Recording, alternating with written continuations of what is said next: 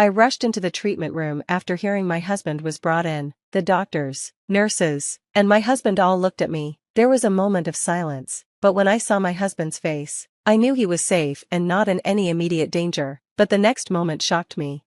My name is Tanya, and I'm a 30-year-old nurse. My husband, Steve, is 32 and works for the government. What drew me to him, unlike my past boyfriends, was how serious and responsible he seemed. Maybe it's because of my job as a nurse, but I've always found it easy to care for others. I enjoy helping people and making them feel supported. That's why helping out my past boyfriends, lending them money, or doing favors for them, became a regular thing for me, even when I knew I probably shouldn't. Many of my fellow nurses are the same, and we often talk about relationships, but my turning point came when I met Steve. I met him on a group blind date with other nurses. He seemed quiet and serious, a type I had never dated before. I liked him right away, and there were no other girls interested in him since they thought he was too plain. After a little push from me, we exchanged phone numbers, and soon after, I asked him out. Our relationship lasted for 3 years with no major fights or problems. It was smooth, which is rare since many relationships break up after a few months. But things went well with Steve. After 3 years, I told him, "Things are going well, so should we get married?" He proposed, and we tied the knot. Steve didn't have much dating experience before me. His hobbies were reading and playing video games at home. He didn't go out much, but he loved talking about books and never ran out of things to discuss. Even though he wasn't an outdoorsy person, he had many online friends he gamed with. Sometimes, we would play games together while chatting online. Since we started dating, Steve began going out more, mostly because I'd suggest it. He wasn't against going out, he just didn't have anyone to do it with before. Steve's family lives about a 2-hour drive away. I don't see them much, but they seem kind. Steve is the youngest of 3 siblings, and his parents are elderly. After our wedding, we only visited them once during New Year's. We exchange gifts during the holidays, and I call them sometimes, but our schedules don't line up since I work night shifts.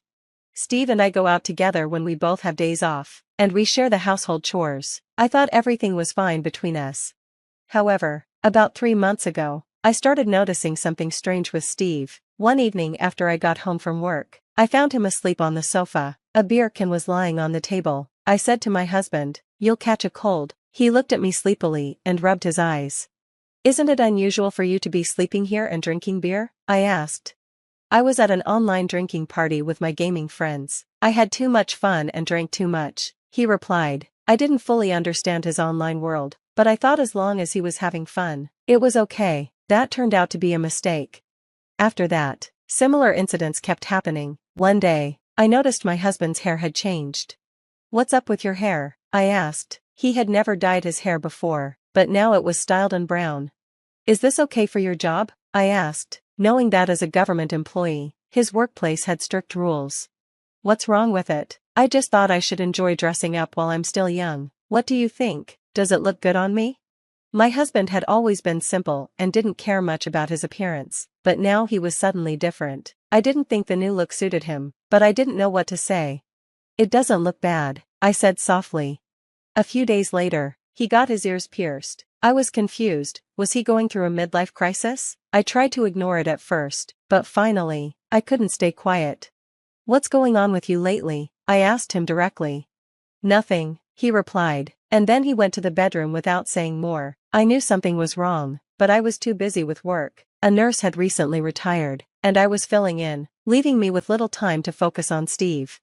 Around this time, Steve told me, "My dad hasn't been feeling well lately, so I'm going home for the weekend to check on him." His father was old, so I understood why Steve was concerned. I agreed, and after that, he started going away every weekend.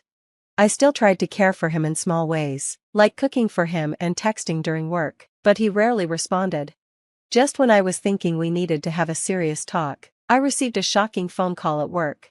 "Tanya, the police are trying to reach you," one of my colleagues said, handing me the phone.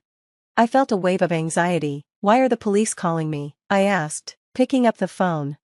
The officer explained that Steve had been in an accident and was taken to the emergency room. "What? Is my husband okay?" I asked in a panic. The officer assured me that it wasn't life-threatening and that Steve had been taken to the hospital where I worked. I rushed to the emergency ward, asking the nurses where he was. When I found the treatment room and opened the door, everyone inside stared at me. "Excuse me, I heard my husband was brought in," I said. The doctor looked confused, and the nurse glanced nervously at me. I felt uneasy, but when my eyes met my husband's, I was relieved. The nurse quickly explained that Steve had a serious leg injury, and they had to cut his pants off to treat him. When I looked at him again, his pants had already been removed. Suddenly, Steve noticed me looking and shouted, "Tanya, don't look at me." I was confused. As a nurse, I wondered if he was embarrassed for me to see him like this, but in the medical field, it's common to cut clothing when there's a severe injury, so it didn't seem like a big deal. "Just get out of here," my husband yelled, but I didn't understand why he was acting this way. The doctors and nurses continued working quickly to treat him, ignoring his outburst, which was only natural. They couldn't afford to stop. Then, something strange caught my attention. "What is that?" I muttered to myself. On the inside of my husband's right thigh, there was a tattoo. His injury was on his left leg, but the tattoo was on his right. The tattoo had a woman's name written on it, Yasmin. Shocked, I asked, "Who is Yasmin?" Steve looked panicked, but I left the room to let the medical team finish treating him. Later, I spoke with a nurse who told me that Steve hadn't been brought to the hospital alone. He was with a woman around his age, and the nurse assumed they were a couple. When I asked the woman's name, she said it was Yasmin, the same name on my husband's tattoo. I couldn't believe it. Was my husband having an affair? My coworker described Yasmin as having brown hair, pierced ears, and, shockingly, a tattoo of my husband's name on her thigh. It was clear now, they were having an affair. But what kind of person tattoos their lover's name on their body? I thought to myself that this woman must be unstable. As I processed all of this, I remembered the call from the police. They had first tried to reach Steve's parents, but since they couldn't drive, they gave the police my contact information. This meant Steve's parents were likely worried, so I called my father-in-law. "Is Steve going to be okay?" my father-in-law asked, clearly concerned. I reassured him, saying Steve had been in an accident but wasn't in any life-threatening danger. Hearing this, my father-in-law sounded relieved. I then asked, "By the way, Dad, are you feeling better?" My father-in-law was confused. He had no idea what I was talking about. I explained, "Steve said you weren't feeling well, and that's why he's been going to take care of you every weekend." My father-in-law was shocked. "I've been perfectly fine," he said. It was then that I realized Steve had been lying to me all along. My father-in-law was in good health, so where had my husband been going every weekend? If Steve wasn't going to his parents' house, then he must have been going to meet the woman he was having an affair with, but I had no proof. After my shift, I went home without visiting Steve, who was staying in the hospital for treatment. Once I was home, I searched through his belongings. The evidence was easy to find: photos of him with the woman, hotel receipts, and even an email confirming a reservation at a romantic resort. It was clear that they had their accident on the way back from the resort. The crash happened on a mountain road, but thankfully no one else was hurt. Steve and Yasmin weren't in life-threatening condition, but Steve's leg injury would make walking difficult for a while. Normally, I should have been worried about my husband's condition as his wife, but I didn't feel that way anymore. I couldn't believe he had lied about visiting his parents and instead used that excuse to cover up his affair. I wondered if his sudden changes, like dyeing his hair and getting his ears pierced, were influenced by this woman. I spoke to a nurse I trusted and asked her to refer me to a good divorce lawyer. The next day, I went to the hospital to drop off Steve's belongings. He seemed confused, like he couldn't remember what had happened the previous day in the treatment room. But honestly, I didn't care anymore. I left without talking to him because I had to start my shift. After work, I met with the lawyer and explained everything. He told me that with all the evidence I had, I could easily file for divorce. All I wanted was to get divorced as quickly as possible. I couldn't imagine living with him again after the betrayal. My anger was much stronger than any sadness I felt. I found a new place to live and moved out, leaving only Steve's belongings behind in the house. I decided to wait until he was discharged from the hospital before finalizing the divorce. I didn't want any issues since he was in the hospital where I worked. When the day came, I went to pick Steve up from the hospital. On the way, I told him we needed to make a quick stop. He looked confused, but agreed. I took him to a family restaurant near our house, where my lawyer was already waiting. Steve seemed puzzled and tired from standing on his injured leg, so he sat down quietly. I handed him the divorce papers. "Divorce? Why?" Steve shouted, sounding shocked. I stared at him angrily for a moment. "What do you mean? Why? You had an affair. You even had your accident during your romantic trip. I found all the evidence at home." And you lied about your father being sick just to see this woman. Steve's face turned pale. Do you think I'm naive? I continued. Yasmin, the woman you cheated with, is already out of the hospital. Her injuries weren't as bad as yours. I can't believe she was brought to the same hospital where I work. I smiled bitterly, and Steve looked even paler.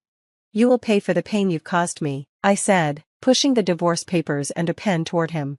He didn't pick up the pen. Is it just your leg that's injured, or have you lost the use of your hand too? I said sarcastically. He finally picked up the pen but wouldn't sign. He just stared at the papers. Why don't you sign? Are you afraid of starting over? Do you think this was just a game? I pressed him. He froze, as if I had hit a nerve. I glared at him coldly. You're kidding, right? I can't stay with a man who has his mistress's name tattooed on his body, I said. Steve looked at me, shocked. What are you talking about? He stammered. Maybe he was trying to play dumb, but I wasn't falling for it anymore. You really don't remember? I asked Steve. I was there when you were rushed to the emergency room. You were yelling at me not to look. Suddenly, Steve's face changed. Sound familiar? I saw the tattoo on your thigh, the one with Yasmin's name. What kind of man tattoos his mistress's name on his body? Steve was stunned, speechless. No, it's not what you think, he mumbled. I just sighed. My husband, with his dyed hair, pierced ears, and now a tattoo of the woman he cheated on me with. It was too much. If you wanted to be with her, you should have waited until after the divorce, I told him. While Steve was still in the hospital, I actually met Yasmin. It wasn't planned. We just bumped into each other. She was lost, looking for the gift shop, and asked me for directions. I pointed her to the shop and said, "Oh, and you're Yasmin, right? My husband is Steve." Her face went pale, and she hurried away, way faster than someone who was supposedly injured. I couldn't help but call after her, "Please don't run in the hospital." It was clear she was more embarrassed than I was. She probably knew I worked here, but never expected to bump into me like that. Later, I asked Steve if Yasmin had dumped him. He hadn't expected me to find out about the affair and seemed desperate to stay married, thinking he could avoid paying alimony. I couldn't believe he thought he wouldn't get caught with her name tattooed on his body. Nurses have a knack for attracting the wrong guys. I guess, when I married Steve, I thought he was different, serious, loyal, but getting a tattoo of the woman he cheated on me with? That was just the worst. I decided to leave everything to the lawyers. I had already moved out, so I told Steve he'd have to find his own way home from the hospital. Goodbye, I said, leaving him there looking pitiful, his mouth hanging open. He'd be stuck with a leg injury for a while, but honestly, he deserved it. The divorce went smoothly. I even got alimony, which left Steve broke and bankrupt. Not only that, but he also found out Yasmin was married to one of his colleagues at work. To make things even more awkward, her husband was one of Steve's online gaming buddies. Her husband filed for alimony too, and Steve had to quit his job as the scandal spread. I didn't care about the rumors or whether Steve kept his job. After the divorce was finalized, Steve's parents reached out to me, furious at what happened. When I explained everything, they apologized and promised to never let Steve hurt me again. Word got around among my coworkers, and they all laughed about it. Now, I laugh about it too. I live alone now, free to do whatever I want, and I'm happier than ever.